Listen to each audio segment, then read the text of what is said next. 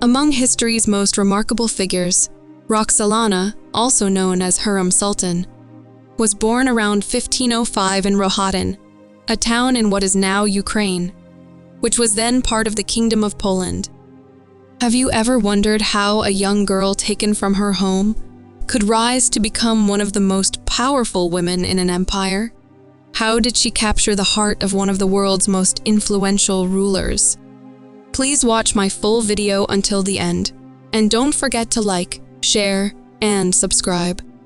Please make sure to share it with your friends. Thank you. Now, let's dive into the full story. Roxelana, whose birth name may have been Alexandra Anastasia Lisowska, came from a Ruthenian Orthodox family. Her father, Horylo Lisowski, was an Orthodox priest. Her mother was Alexandra Lisowska.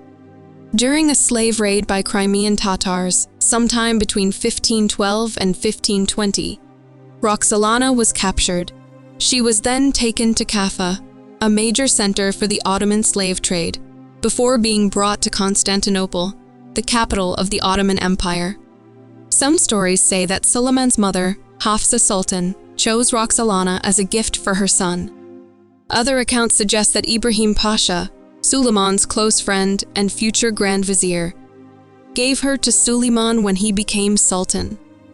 Regardless of how she arrived, Roxelana entered the Imperial Harem, a place where many women lived, hoping to gain the Sultan's favor. Roxelana's journey to the Ottoman Empire began with a devastating event, her capture by Crimean Tatars. This occurred during one of their slave raids in Eastern Europe, a common practice at the time that brought many people into servitude. Historical records suggest this happened sometime between 1512 and 1520 during the rule of Sultan Suleiman I. After her capture, she was likely taken to Kaffa, a major port city in Crimea, which served as a significant hub for the Ottoman slave trade. From Kaffa, she was then transported to Constantinople, the grand capital of the Ottoman Empire. Upon her arrival in Constantinople, Roxelana entered the Imperial Harem. The harem was not just a place for the Sultan's wives and concubines, but also a complex world with its own strict rules and hierarchies. It was a place where women, often from distant lands, lived and served the Ottoman royal family. One account from a religious figure named Sheikh Qutb el-Din al-Nahrawali, who visited Constantinople in 1558, mentions that Roxelana had been a servant in the household of Hanserli Hanzaid Fatma Zainab Sultan. This woman was a granddaughter of Sultan Bayezid II, and it is said that she gifted Roxelana to Suleiman when he became Sultan. Another tradition claims that it was Suleiman's mother, Hafsa Sultan, who selected Roxelana as a gift for her son. Roxelana, a young woman now living in the Imperial Harem, quickly caught the attention of Sultan Suleiman the Magnificent. It is believed she entered the harem around the age of 15. The exact year is not known, but it is generally accepted that she became Suleiman's favored concubine around the time he became Sultan in 1520. Her first child with him was born in 1521. Breaking from the usual customs of the Ottoman court, Suleiman gave Roxelana a new name, Hurrem. This name, of Persian origin, means the joyful one, or the smiling and endearing one. It was a name that perfectly captured her bright and pleasant personality. She was described by those who met her as strikingly beautiful, with red hair, large bright blue eyes, and a constant smile. One traveler even noted her sarcastic expression on her lips. Her charm, intelligence, and good humor, along with her love for poetry, greatly endeared her to Suleiman, who was himself an accomplished poet. This unprecedented rise from a simple harem slave to the Sultan's most prominent companion caused much jealousy and disapproval within the palace and among the general public. By the early 1520s, she had become Suleiman's main companion alongside Mahidevran Hatun, who was the mother of his eldest surviving son. Around 1533, Sultan Suleiman I made a decision that shocked the entire Ottoman Empire. He married Hurrem. This was a truly groundbreaking event because never before had a former slave been elevated to the status of a lawful wife to an Ottoman sultan. Such a move went against centuries of tradition and astonished everyone, from those within the palace to the general public in Constantinople. After the death of Suleiman's mother, Hafsa Sultan, in 1534, Hurrem's influence within the palace grew even more. She took over the management of the Imperial Harem, a role traditionally held by the Sultan's mother, either when Suleiman freed and married her or in the years leading up to it. Hurrem was given the special title of Hasiki Sultan. Adding the word Sultan to someone's name or title was a right usually reserved only for royalty. Hurrem became the first consort to ever receive this important title. The title of Hasiki Sultan, which was used for about a century, showed the great power that imperial consorts, many of whom were former slaves, held in the Ottoman court. It even raised their status above that of Ottoman princesses. By doing this, Suleiman not only broke old customs, but also seemed to try and start a new tradition for future Ottoman sultans. He aimed for them to marry in a formal ceremony and allow their wives to have a significant role in court affairs. Hurrem and Sultan Suleiman had a deeply loving relationship, and together they had at least 6 children. 5 of their children were sons, and 1 was a daughter. Their children included Prince Mehmed, born in 1521, Mirma Sultan, born in 1522, Selim II, born on the 28th of May in 1524, Prince Abdullah, born around 1525, Prince Bayezid, born around 1527, and Prince Cihangir, born around 1531. One of the oldest rules in the Ottoman Imperial Harem was called one concubine, one son. This rule was put in place to limit the influence of any single mother over the Sultan and to prevent fights among half-brothers for the throne. However, Hurrem completely broke this tradition. Not only did she have more than one son with Suleiman, but she was also the mother of all of his children born after she entered the harem at the very beginning of his reign. This was highly unusual and showed just how much Suleiman loved and favored her. Her ability to have multiple sons, especially healthy ones, greatly helped secure the future of the Ottoman royal family. She gave birth to the majority of Suleiman's children, which significantly changed the typical harem dynamics. After the passing of Suleiman's mother, Hafsa Sultan in 1534, Hurrem's power and influence within the Ottoman palace increased significantly. She took on the role of managing the Imperial Harem, a position usually held by the Sultan's mother. This was a major change from past traditions. Hurrem became known as the first woman in Ottoman history to truly involve herself in state affairs. She achieved a level of influence that no other concubine before her had. Her position was unique, especially with her new title of Hasiki Sultan. While there were no laws against the Sultan marrying, custom usually prevented it, so her marriage to Suleiman around 1533 shocked many in the court and among the people. Suleiman, being a warrior sultan, spent nearly 10 years of his reign away from the capital on military campaigns. This meant he needed someone he could fully trust to keep him updated on what was happening in the palace. He chose Hurrem for this important task. In her letters to him, which began in the 1530s after she had learned to write Turkish very well, she would share greetings from important government officials and religious leaders. She also discussed problems happening in Istanbul. She even kept him informed about the spread of diseases, like the plague in the capital. Hurrem and Sultan Suleiman shared an incredibly loving and intimate relationship, which is clearly shown in the many letters they exchanged when he was away on military campaigns. Though Suleiman's own letters to Hurrem do not exist today, Hurrem's passionate letters to him and Suleiman's many poems written under the name Muhibbi, meaning lover, reveal the depth of their affection. In her letters, Hurrem often described how much she missed him, using strong, heartfelt language. She wrote about her burning desire for him, comparing her longing to a painful illness, and saying her eyes were filled with tears from waiting. She even mentioned that his letters brought her back to life. Beyond personal expressions of love, Hurrem's letters also contained important political information. She warned him about potential uprisings and kept him updated on the situation in Constantinople, even about matters like the plague. Suleiman, for his part, was a gifted poet who often wrote under his pen name, Muhibi.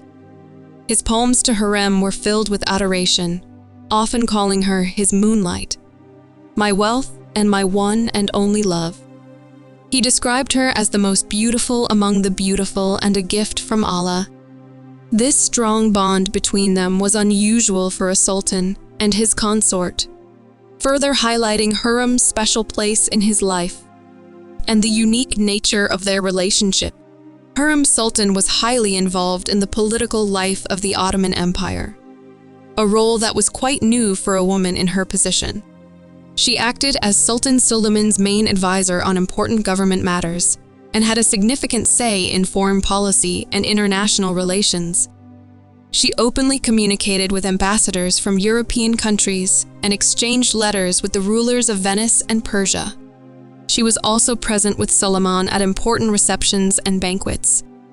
When the Sultan was away, she would put her own seal on important state documents, showing her authority to sign on his behalf.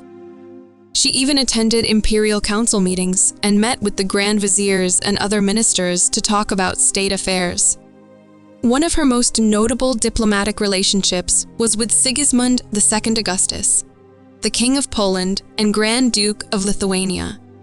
Two of her letters to him still exist today. During her lifetime, the Ottoman Empire generally had peaceful relations with Poland, forming a Polish-Ottoman alliance. In fact, she played a major part in creating this alliance. In her first letter to King Sigismund II, Hurrem expressed her happiness and congratulations on his becoming king after his father's death in 1548. This was the first and only time in the Ottoman Empire that a female sultan exchanged letters directly with a king. Beyond her deep involvement in politics, Hurrem Sultan was also very active in building many important public structures and setting up charitable organizations. Her efforts were spread across the Ottoman Empire, from Mecca to Jerusalem, showing a model of giving back to the community that was similar to that of Queen Zubaydah, the wife of Caliph Harun al-Rashid. While we don't have a complete list of all the buildings and projects connected to Hurrem Sultan, it is known that many were built at her own request or in her name. These foundations established by Hurrem Sultan were designed to ensure that thousands of people would receive help and feel grateful for her concern for their well-being, and for the royal family as a whole. Her projects were placed in key locations throughout the empire, including Istanbul and Edirne, which were important centers for the royal family. She also supported projects in Muslim holy cities and in Jerusalem. One of her earliest and most significant projects was a complex built in Constantinople. This was the first mosque complex in that city to be sponsored by a royal woman. It was also the first major project in Constantinople for the famous architect Mimar Sinan, who received this important assignment when he became the chief imperial architect in 1538. Hurrem Sultan's charitable work included many significant building projects that served the community. Among these, the Haseki Sultan complex in Constantinople stands out. This complex included a mosque, 2 Quranic schools, a public fountain, and a hospital for women, built near the women's slave market. The mosque was designed between 1537 and 1539. The school was finished a year later, and the soup kitchen in 1540 to 1541. The hospital was completed around 1550 to 1551. This hospital was especially unique because it was not only one of the earliest hospitals specifically for women, but it also focused on mental health, even employing women attendants to care for women with mental illness.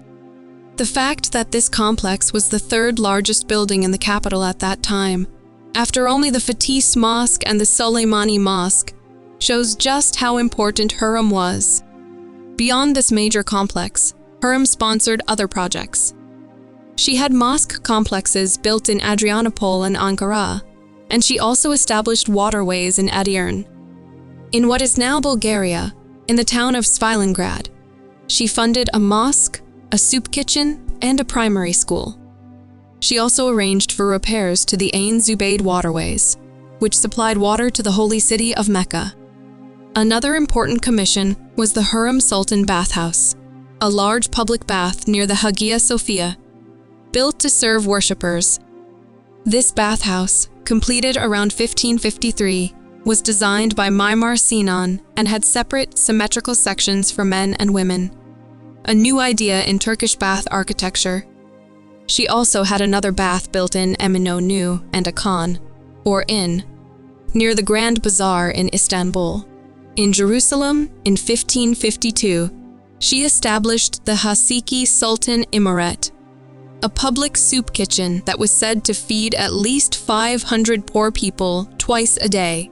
These charitable works were funded by assets that included land, shops, bathhouses, and factories. Hurrem's significant influence in state affairs, while making her one of the most powerful women of her time, also made her a controversial figure in Ottoman history. She was often seen as someone who plotted against and manipulated her political rivals. This perception was especially strong in her disagreements with Mahidevran, another of Suleiman's consorts, and Mahidevran's son, Prince Mustafa. There were also rivalries with the Grand Viziers Pargali Ibrahim Pasha and Kara Ahmed Pasha. By the 1550s, Suleiman had 4 sons who were still alive: Mustafa, Selim, Bayezid, and Cihangir. Prince Mustafa, being the eldest and Mahidevran's son, was next in line to inherit the throne before Hurrem's children. According to Ottoman tradition, when a new sultan came to power, he would often have his brothers killed to prevent any future power struggles. This practice was known as fraternal massacring. Prince Mustafa had the support of Pargali Ibrahim Pasha, who became Suleiman's Grand Vizier in 1523. Hurrem Sultan has often been blamed, at least in part, for the intrigues involved in choosing a successor, since the empire did not have a clear way to choose a successor until the reign of Ahmed I, who ruled from 1603 to 1617. Successions often involved the death of competing princes to avoid civil unrest. It is believed that Hurrem used her influence to remove those who supported Mustafa's claim to the throne, aiming to protect her own sons from execution. The skilled commander of Suleiman's army, Ibrahim Pasha, eventually fell out of favor with the Sultan. This was due to several reasons, including a mistake he made during a campaign against the Persian Safavid Empire, where he took on a title that included the word Sultan. Another conflict arose between Ibrahim and his former teacher, Iskender Celebi, as they often argued over military leadership during the Safavid War. These events led to Ibrahim's execution in 1536, ordered by Suleiman. Many believe that Hurrem's influence played a part in this decision. After Ibrahim, Suleiman appointed 3 other Grand Viziers over 8 years, before finally selecting their son-in-law, Damat Rustam Pasha, who was married to Hurrem's daughter Mihrma, to be the Grand Vizier. Some historians have wondered if Hurrem's strong alliance with Mihrma Sultan and Rustam Pasha helped ensure that one of Hurrem's sons would inherit the throne. Years later, near the end of Suleiman's long reign, the rivalry among his sons became very clear. Prince Mustafa was later accused of causing unrest and attempting a rebellion. During the campaign against Safavid Persia in 1553, Suleiman, fearing a rebellion, ordered Mustafa's execution. While some sources state he was executed that year for planning to overthrow his father, his guilt for treason remains unproven. It is also rumored that Hurrem Sultan, with the help of her daughter, Mihrimah and son-in-law Rustam Pasha conspired against Mustafa. They allegedly tried to make Mustafa appear as a traitor who secretly contacted the Shah of Iran. It is claimed that Rustam Pasha, following Hurrem's supposed orders, had Mustafa's seal copied and sent a letter, seemingly from Mustafa to Shah Tahmasp I, then sent the Shah's response to Suleiman. After Mustafa's death, his mother Mahidevran lost her status and moved to Bursa. However, she did not live her last years in poverty, as Hurrem's son, Selim II, who became sultan after 1566, provided her with a generous salary. Her improved situation was possible after Hurrem's death in 1558.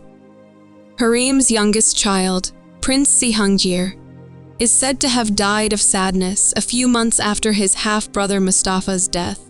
However, it is important to note that while stories about Hurrem's role in the executions of Ibrahim, Mustafa, and Kara Ahmed are very popular, none of them are based on direct historical accounts. Other descriptions of Hurrem by Ottoman historians and European diplomats are mostly based on guesswork and rumors. Because no one, neither Ottomans nor foreign visitors, was allowed into the inner parts of the Imperial Harem, which was heavily guarded, they often relied on what servants, courtiers, or common gossip in Constantinople told them. Even the reports from the Venetian ambassadors at Suleiman's court, which are considered the most detailed Western sources on Hurrem, were often filled with the author's own interpretations of harem rumors. Most other Western sources from the 16th century that are seen as very reliable today, such as the Turkish letters by Ojir de Busbek, were also based on hearsay. Historically, many accounts, especially those from Western observers, painted Hurrem as a cunning and power-hungry woman who would do anything to climb the social ladder. They often described her time as the start of a period called the Sultanate of Women, suggesting that strong imperial leadership gave way to palace tricks and improper behavior. However, more recent historians have started to look at Hurrem in a different light, focusing on her intelligence and bravery as she navigated the tough and competitive world of the harem. Despite the common historical image of her as manipulative and cold-hearted, Hurrem's extensive and extraordinary charitable work stands in sharp contrast. This philanthropy often gets overlooked when people focus on the accusations against her. Over time, this negative image has slowly begun to change, and she has gained more respect, affection, and admiration from people. One description refers to her as the master of chaste women, a peerless pearl with an angelic temperament, the possessor of greatness, sterling qualities, sacred essence, altruism, and exemplary virtues, a grand, glorious, exalted lady. Western writer Bernard Bromage noted that Hurrem reigned over the most magnificent period of the Ottoman Sultanate, alongside Suleiman the Magnificent. He also suggested that she aimed to spread the influence of the crescent moon, symbolizing Islam, over the cross, reaching far into non-Muslim lands. A prominent Ukrainian writer, Pavlo Zaherbelny, described Hurrem as an intelligent, kind, understanding, open-hearted, candid, talented, generous, emotional, and grateful woman who cares about the soul rather than the body. He further characterized her as someone not swayed by material things like money, but rather inclined toward science and art. In short, a perfect woman. These more recent perspectives portray Roxelana as a remarkable woman of beauty, intellect, kindness, and generosity, chosen by fate to complement Suleiman's own talents.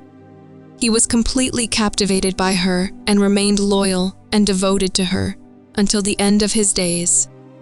In the last years of her life, Hurrem Sultan faced a period of very poor health. She passed away on the 15th of April in 1558, due to an illness that remains unknown to history. It is said that Sultan Suleiman, deeply devoted to his wife, went to great lengths to ensure her peace during her sickness. He even ordered all musical instruments in the palace to be burned so that nothing would disturb her. He stayed by Hurrem's bedside until her very last day. The farewell messages written by Sultan Suleiman to his beloved Hasiki Sultan after her death, which have been kept to this day, clearly show the immense love he had for Hurrem. She was laid to rest in a beautiful domed mausoleum or tomb, which was adorned with exquisite Iznik tiles. These tiles depicted a garden of paradise, perhaps as a tribute to her joyful and smiling nature. Her mausoleum is located right next to Suleiman's own, a more solemn domed structure within the courtyard of the Grand Soleimani Mosque in Istanbul. Suleiman would join her in his own mausoleum 8 years later. Hurrem's death marked the end of an extraordinary life, one that saw her rise from a slave girl to one of the most powerful and influential women in Ottoman history.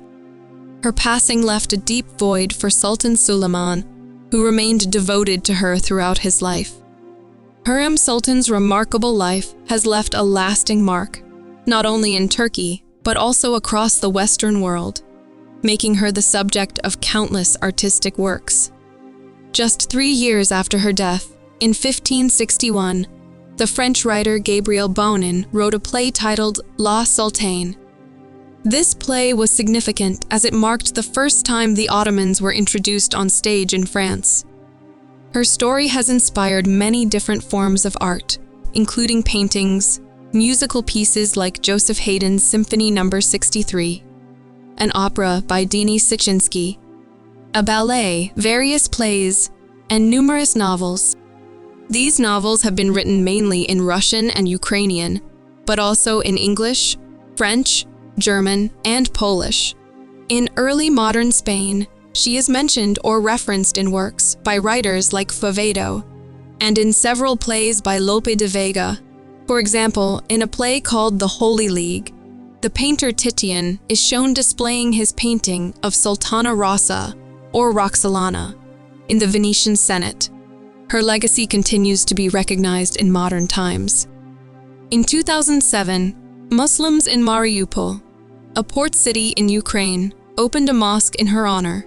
She has also been portrayed in several television series and movies. In the 2003 television miniseries Hurrem Sultan, she was played by Turkish actress Gulben Ergen. In the popular television series Muhteşem Yüzyıl, which aired from 2011 to 2014, Hurrem Sultan was portrayed by Turkish-German actress Meryem Üzerli for the first 3 seasons, and then by Turkish actress Vahid Persin for the final season. More recently, Megan Gale portrayed Hurrem in the 2022 movie 3,000 Years of Longing. In 2013, Croatian singer Severina released a song titled Hurrem, which gained significant national success. In a noteworthy event in 2019, at the request of the Ukrainian embassy in Turkey, a mention of Roxelana's Russian origin was removed from the visitor panel near her tomb at the Suleimani Mosque in Istanbul. This highlights the ongoing historical and cultural discussions surrounding her identity. Thank you very much for watching.